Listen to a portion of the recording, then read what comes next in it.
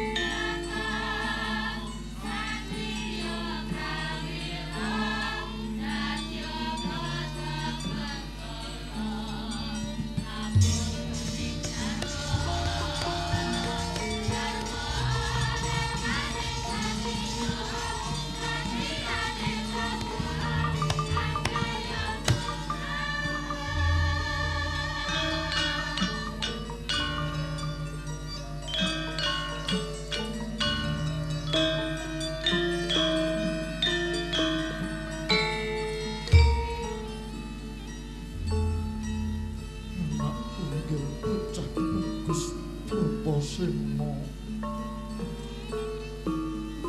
aja kok bacut-bacut kenggonmu susah yo yen anakku panenggak Bratasena. Wah, Prabu Gede kok ora susah iki kepiye? Ing atase uripe Pandhawa kepulo-pulo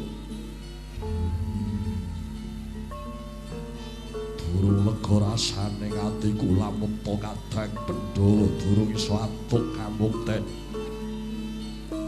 Kula anakku Bratasena lugune kamuktenmu mapan ana negara Ngastina yo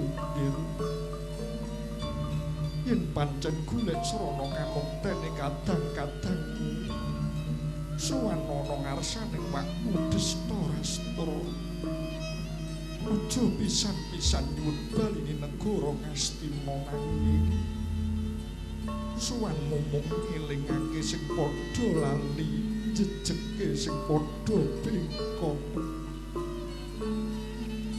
Sena eling den eling kula anggonmu sowan ana ngarsaning waktu Destarastra aja ninggal duka lan prayoga linambaran padhanging pikirmu yo awit lamun tanggonmu sowan ing Astina linambaran petenging ati bisa bebayani ora ana pepeteng kang luwih ngegirisi tinimbang petenge ati ya kula yen petenge wengi iso nganggo obor nanging yen petenge ati bakal bisa ngrusak jagat. Wah, Prabu Gede paestoke dawuhe Prabu Gede ibuku. Coba sapa kuwi ya kula sepisan maneh prenoten hati-hati awit para Pandhawa ora butuh sing wilasaning sapa wae. Para Pandhawa ngono wis sugih sing diarani wong sugih mono wong sing wis duwe apa-apa mula wis ora butuh apa-apa sanadyan ora duwe apa-apa. Sena Pretno den ati-ati sing dadi lakumu ya pangestune Prabu Gede sing tak suwun.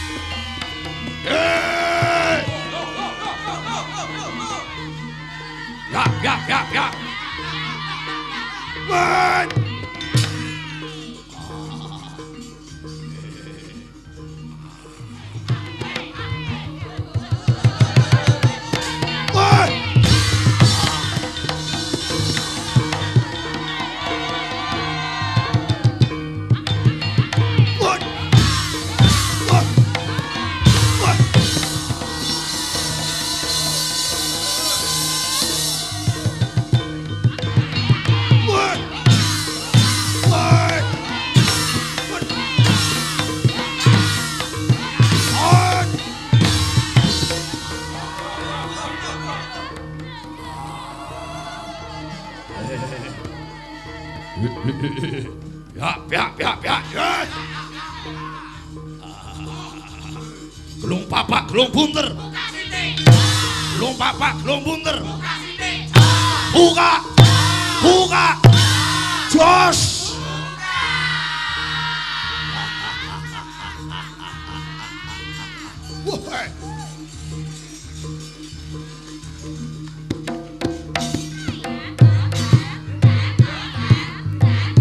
Wah.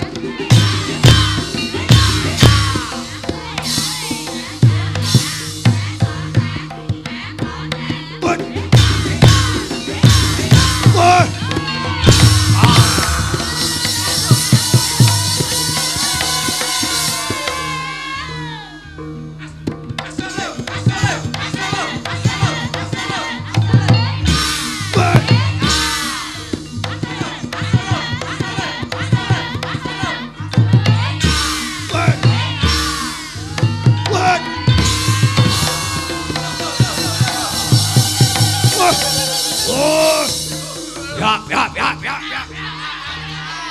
Yo. Gelung papak, gelung bunter. Gelung papak, gelung bunter. Buka. Jos.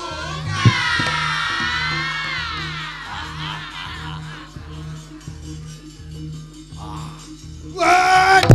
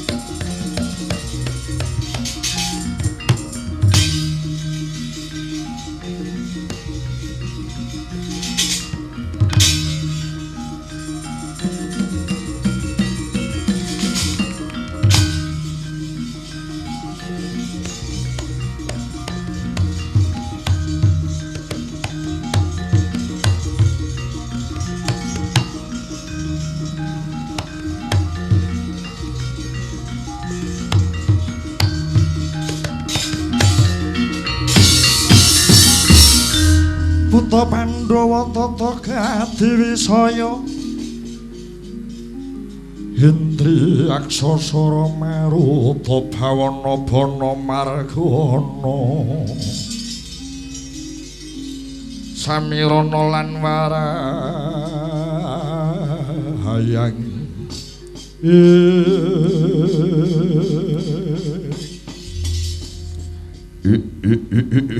Om Tete Wang Kala Ludra Manik Raja Dewaku. Oh, Yai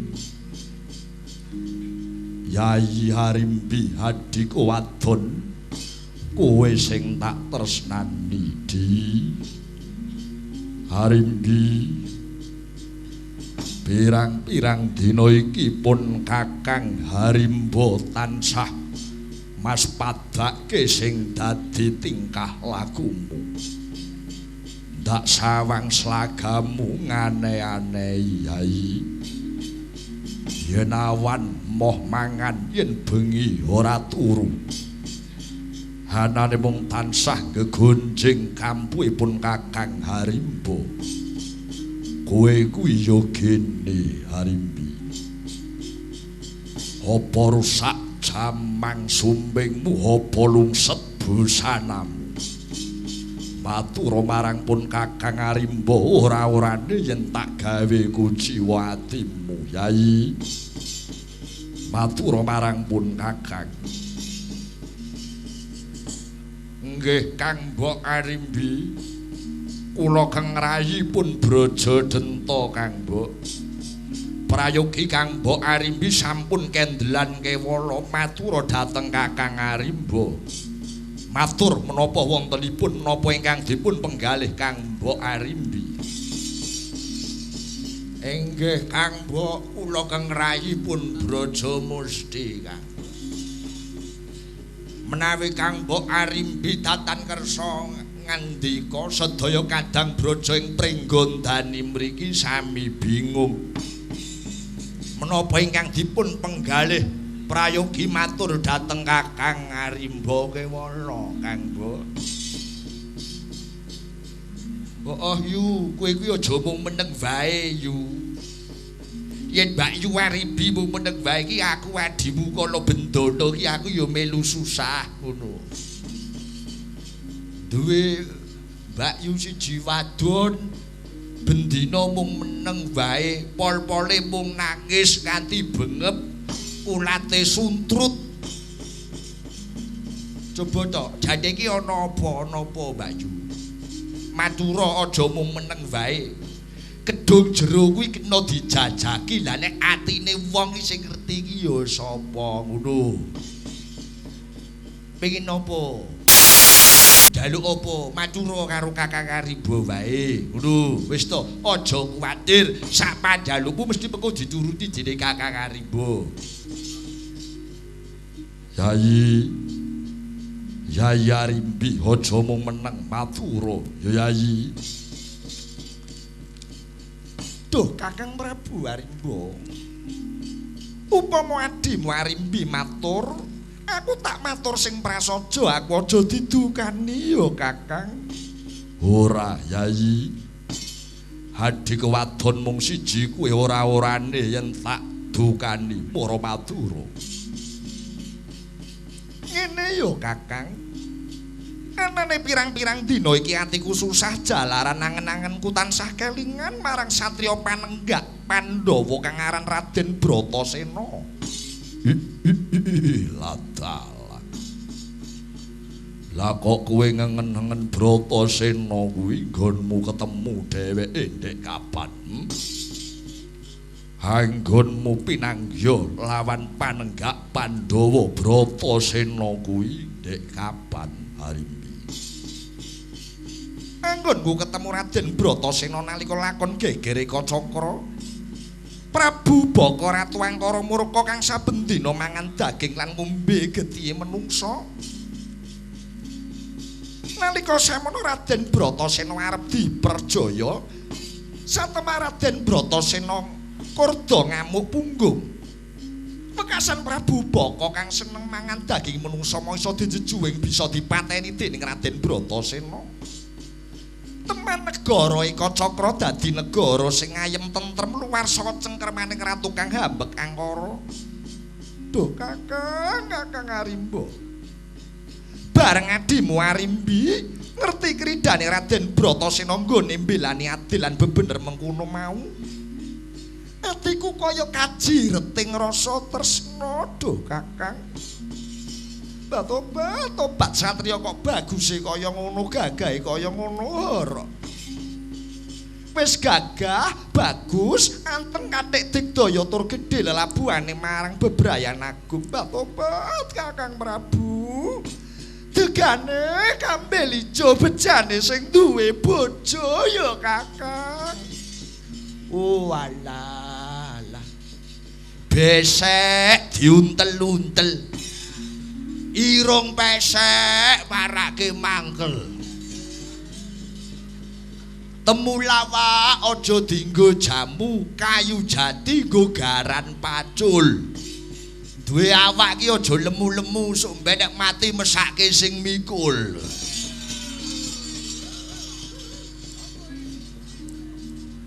Ora ngono nek pinter parikan kowe dhewe, ya aku ki gudange parikan kok kae. Godhog grontol kayune jeruk. Ora usah kok bacutke tak bengkolang sandal.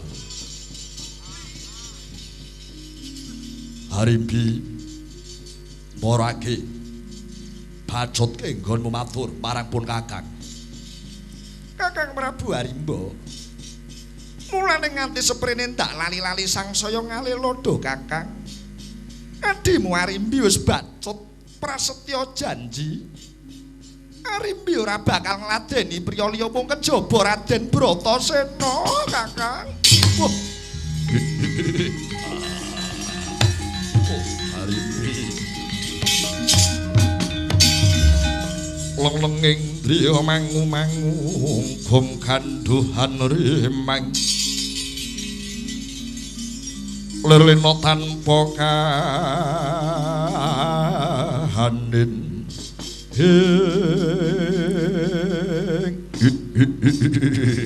Harimbi apa ora ana wong gagah kejaba Bratasena. Jagat iki digelar ora kurang wong lanang sing bagus sing ngungkuli Bratasena.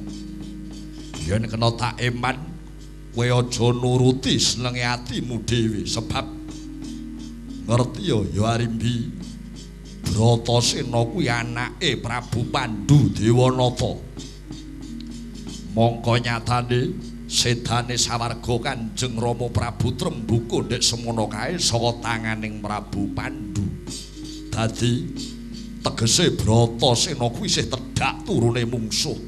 Malah sak bisa-bisa aku kudu bisa males hukum pati marang Pandhawa.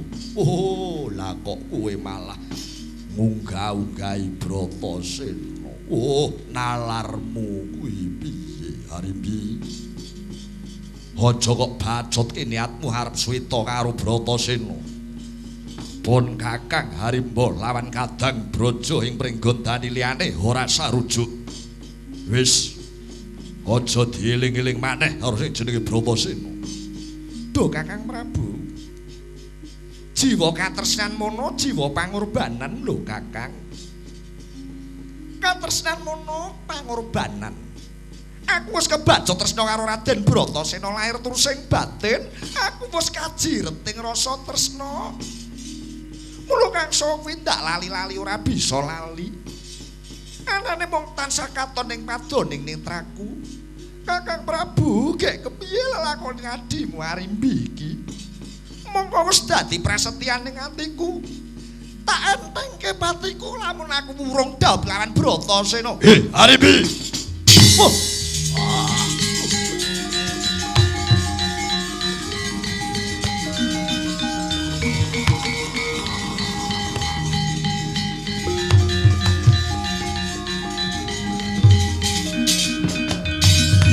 Dodo muntap lerki netap cocobang mawingo ngis gumecut patoning ladi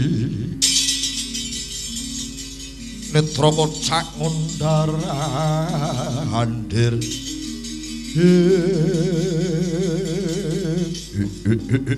lantal ora nyono ora nglegi wong duwe sedulur wadon siji angel ditata. Yen pancen adreng karepmu pengin ngunggah-unggahi Bratasena ya wis ngono. Jebul tinemune sedulur wadon mung dadi klilip ing pringgondani kene. Harimbi timbang dunungmu nyenyepet mripat ngreget jerambah luwih becik minggat.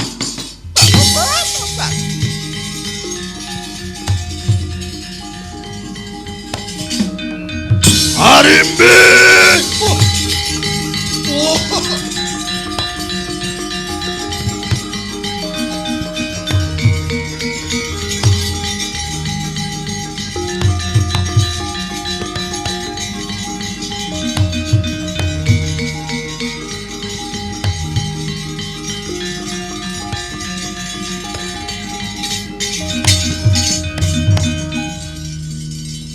Kados pundi lho menika Kakang?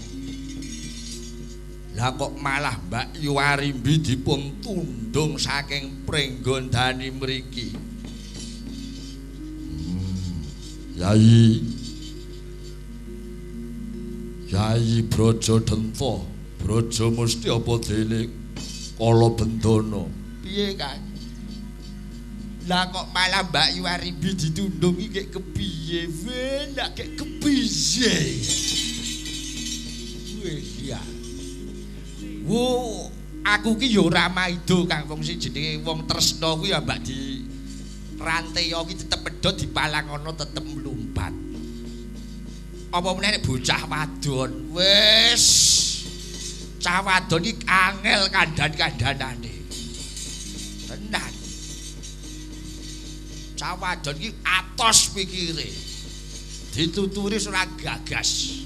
Yen bacot seneng walah nadyan yang ndi dununge digoleki ya kaya Mbak Yu Arimbi iki wae.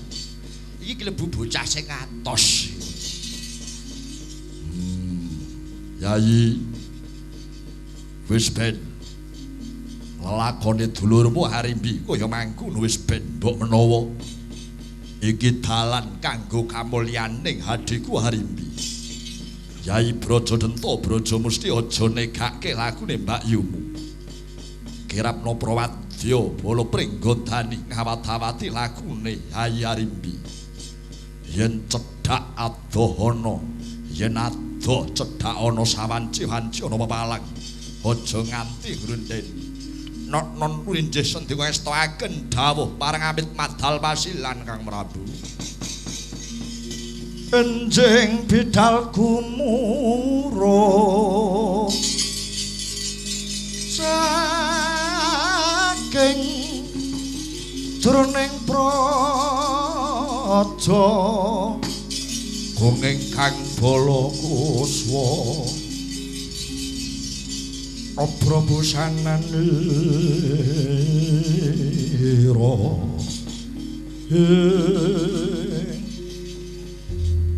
Cuka trenggina satrampil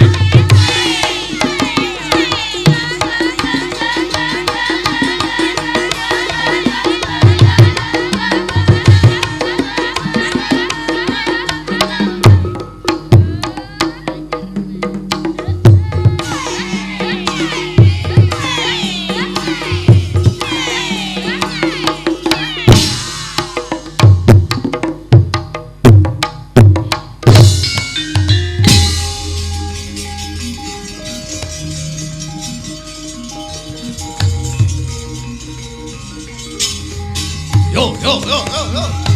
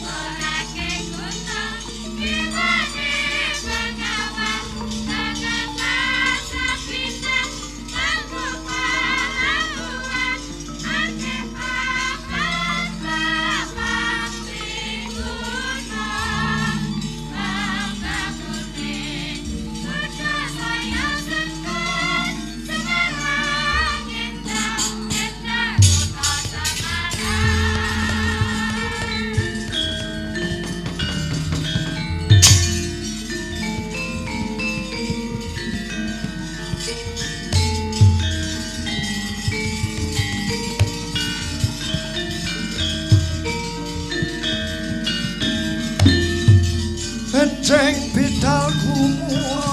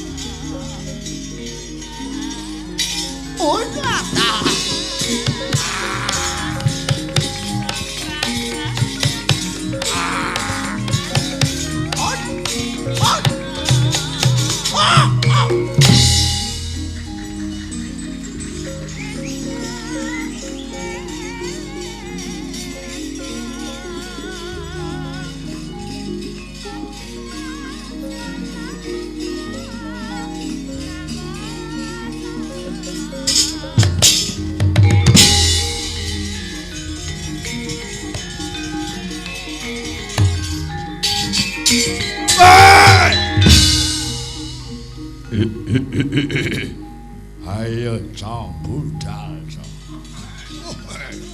Ayo budal. Woi! What?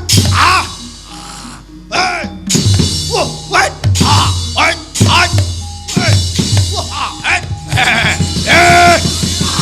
Hey!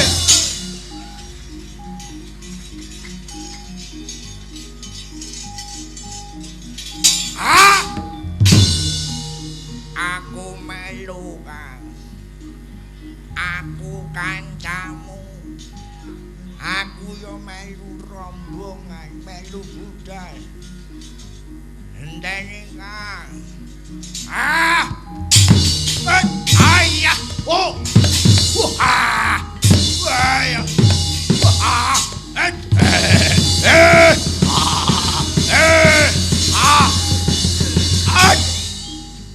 Aduh mumet aku.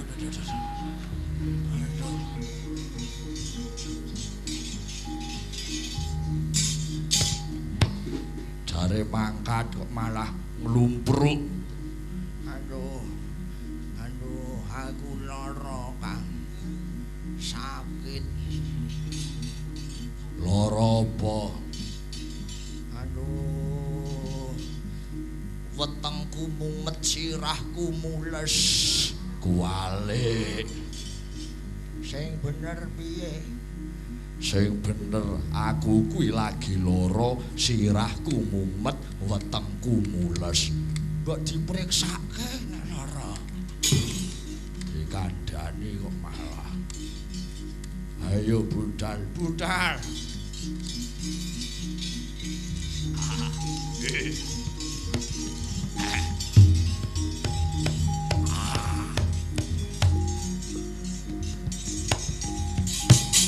Wah!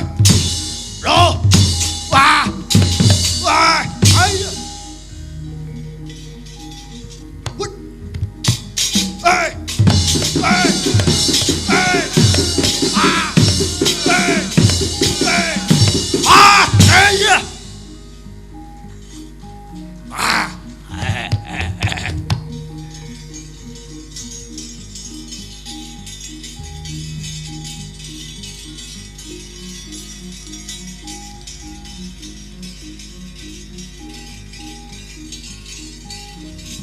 Woi! Ayo budal di budal. What? Woi! What? Whoa! What?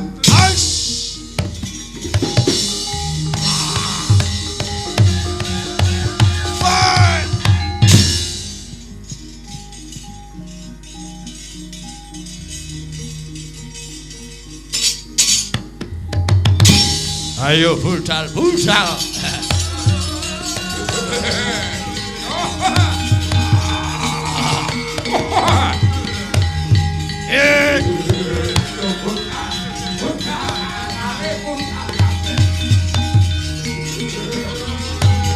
Wah!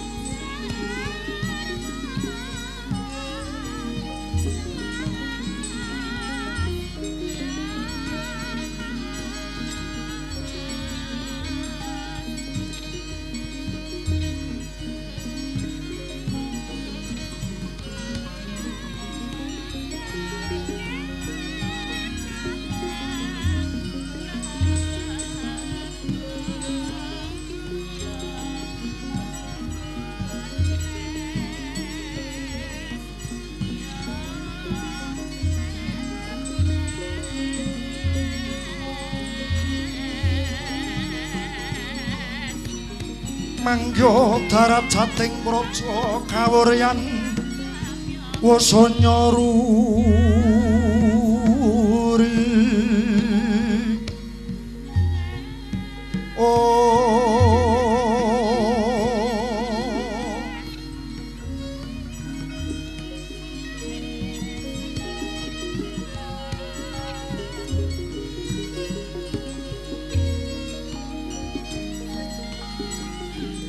urah pangrehing ukara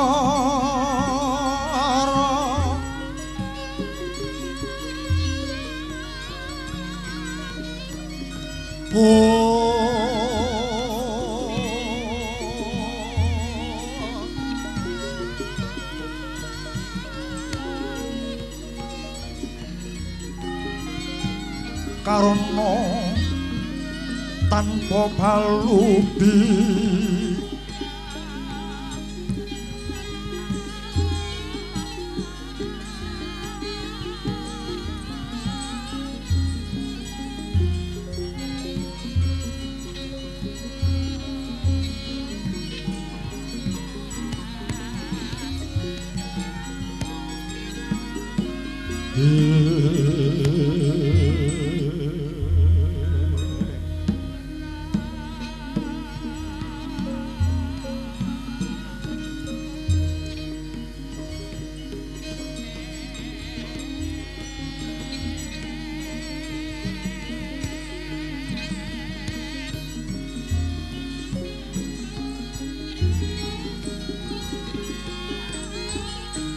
Adilar Silastudi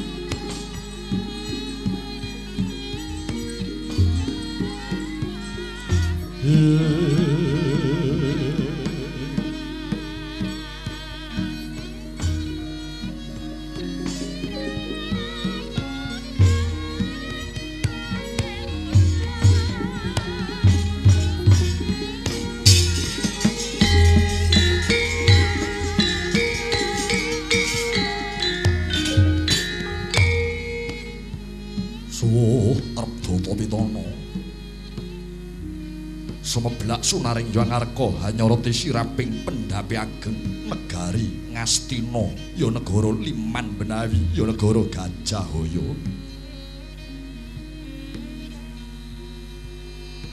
pendhapa winangun joglo sesirapan sinangga saka Gurweksa Barleyan ingkang kira-kiran lungking gadung rinengga gegodhongan ingkang katingali Jaraya-raya kang tuhanen kananing kiring pendhapi satemah katingal asri srening pananggilan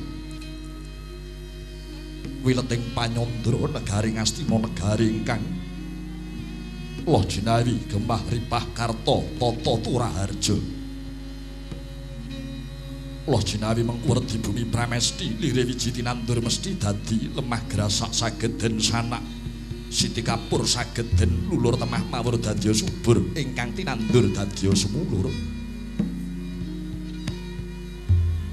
Lah sinten ingkang asta songsong agung negari Ngastina menang jejuluk Sang Adipati Destarastra ya Desta Negara Nadyata Nalendra Caca Netya Wuta Timur Wulung Soprandene sedaya para nayaka praja mandhaping para kawula ing Ngastina sami sumuyut ing ngarsane Sang Katong. Nalika samono Sang Nata lenggah mungguing dampar genta pinalipit babut perang medani sinebaran sari-sari ganda widya lisah jepat kasturi. Ingkang arum mangambar ngantya prabding pangurakan. Natkala samono sinisian lenggah jajar kaliyan keng garwa nenggih Dewi Gendari. Katingal pasebaning Rekyana Patih Harya Sengguni ya Harya Suman ya Trigantal Mati ingkang tansah kendel mabuka hamari kluyah konjema bantala wadanane sumambing urip pasebaning Pendhita Saka Limodah Iwang Durna ya Resi Kumbayana datan kantun pasebaning kang putra Raden Kurupati inggih Raden Jaka Pitana ingkang tansah kendel hanganti sabaning Kang Rama Gayeng gumareng ing jroning sininggil Ngastina genya ing bal pangandika katuku gegering Jawi praptaning pandhita ing Talkanda nenggih Sang Mahatma Bisma Dupi Pranayaka mulat praptaning pendhita ing Talkondo. Kagiat kang samya mulat mangkono. Lan pangandika kang dereng gawe sing lesan.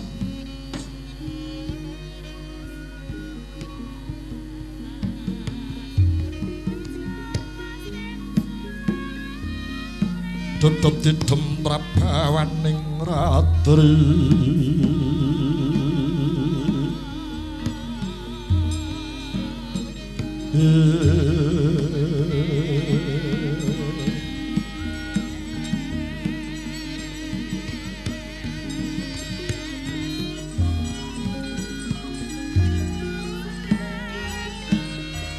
Sasodara wis manjer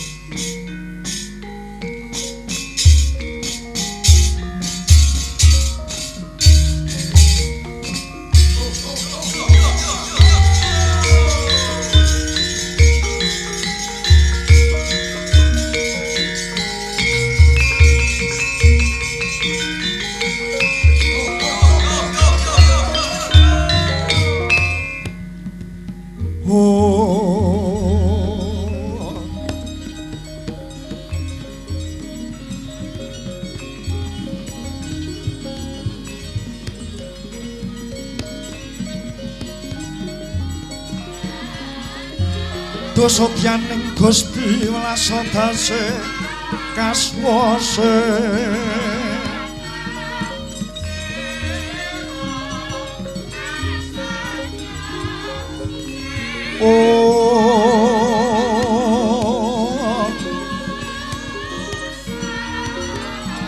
margiyo lara asmara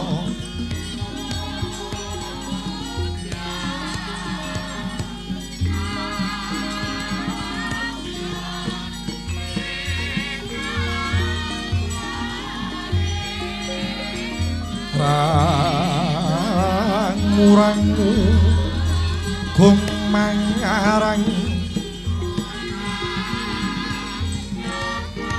diabinari ngongso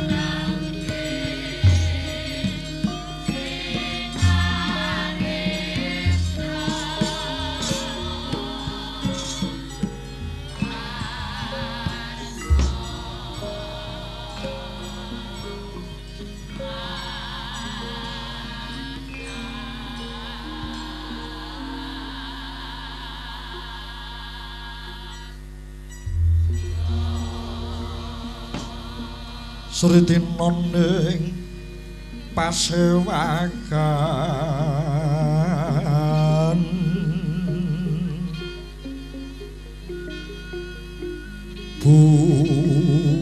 busana sutra maneka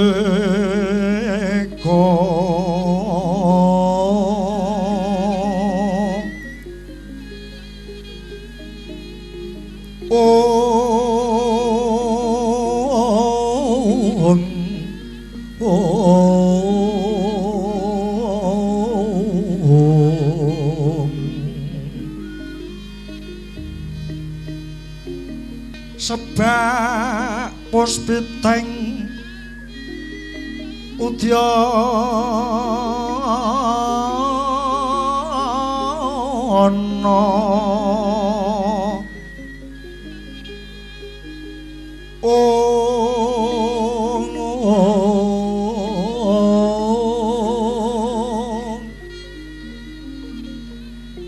miang panjrahing sarwa rukma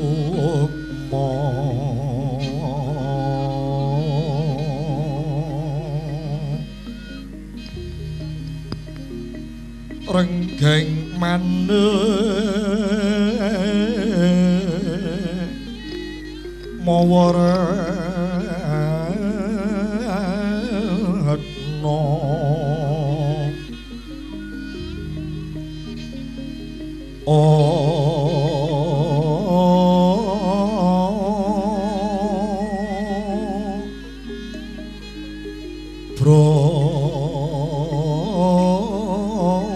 prabanyo sumirat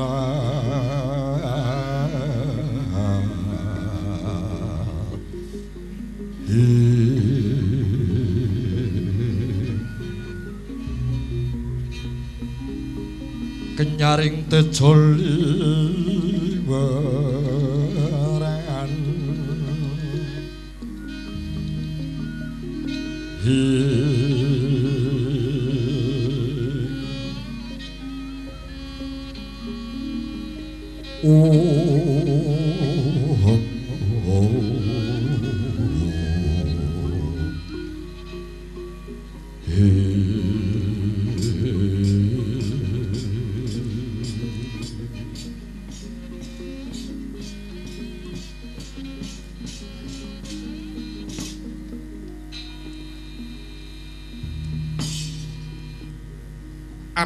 amit pasang kaliman tabik kasabeno iki lho duni dumaweng tawang tuwang uta tulak manmu nggih Kaki Prabu Destarastra lamun to bola bali ana pas wanan ageng kaya mangkene iki mestine kang paring dawuh luwih dhisik kuwi Nalendrani nanging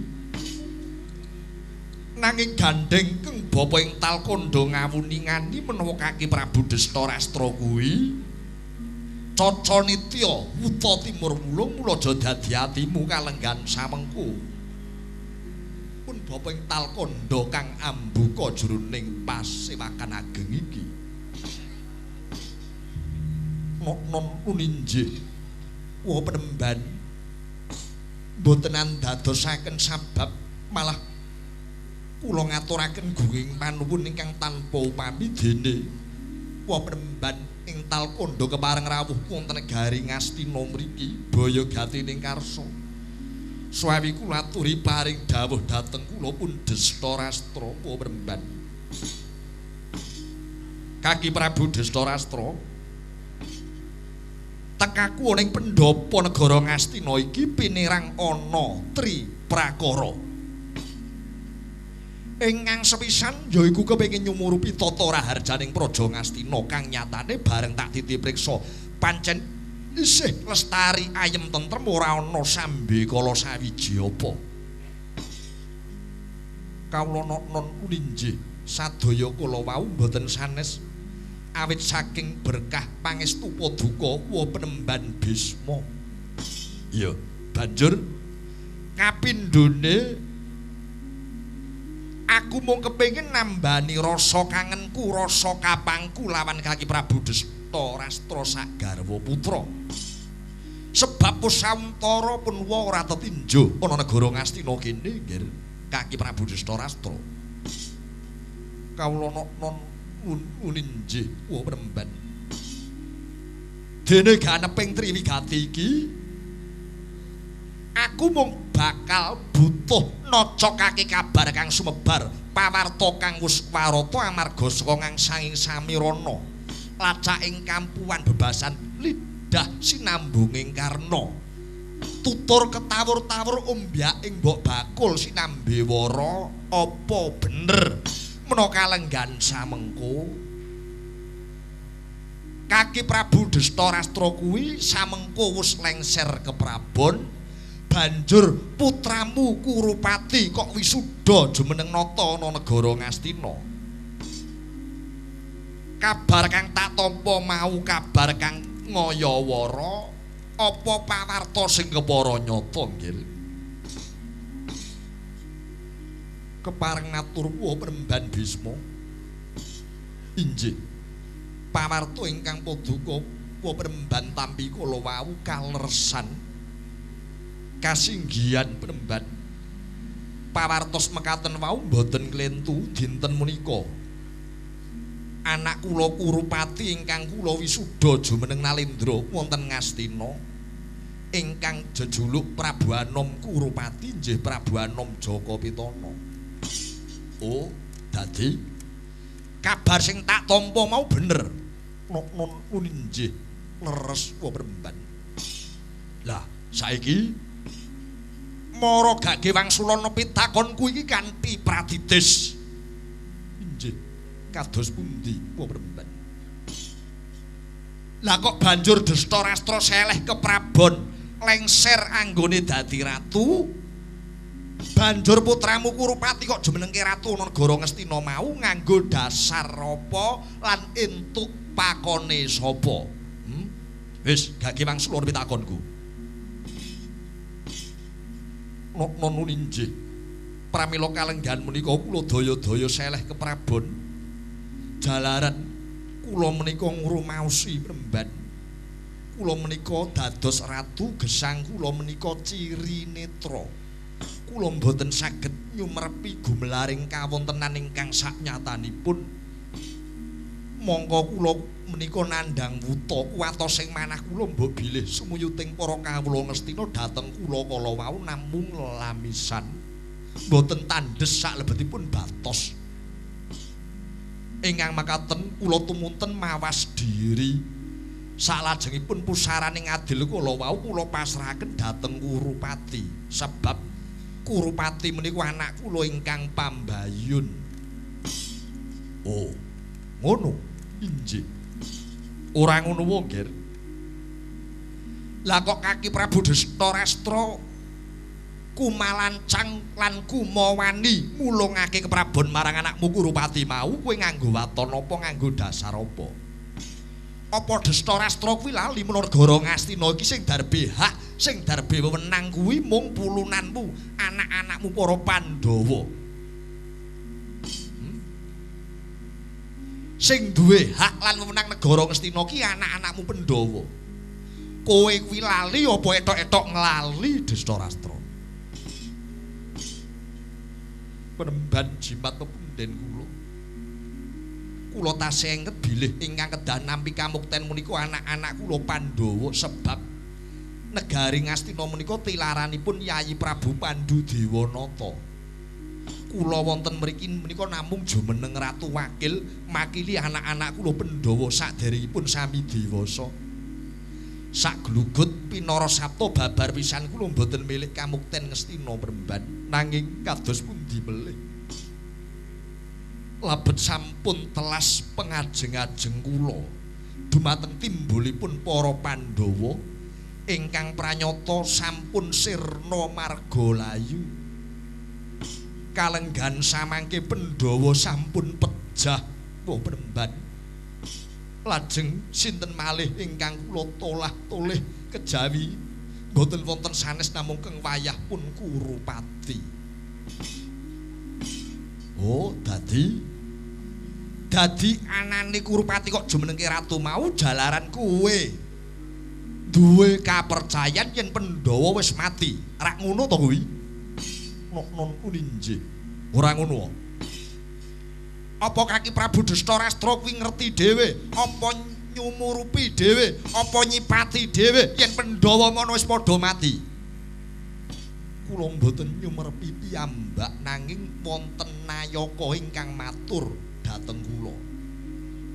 Bilih Yayi Dewi Kunti Talibrata lan Pandhawa sampun tumpes kubaring bale sigala-gala. Sentana sing matur bab patine Pandhawa mau sapa? Ingkang munjuk atur nenggih Yayi Patih Sengkuni. Oh, Sengkuni to? Inggih, Premban. Coba pun tak sambung rembug sedhela wae karo sing jenenge Sengkuni. Inggih, monggo, monggo Premban. Sengkuni. Sengkuni. Iye, kula wonten dawuh Premban. Mara gage wangsulana pitakonku iki ya Sengkuni.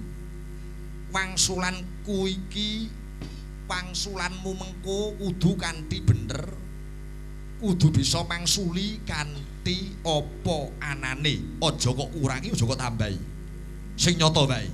Iye. Penemban Bisma badhe ndangu menapa kalih kula pun Sengkuni.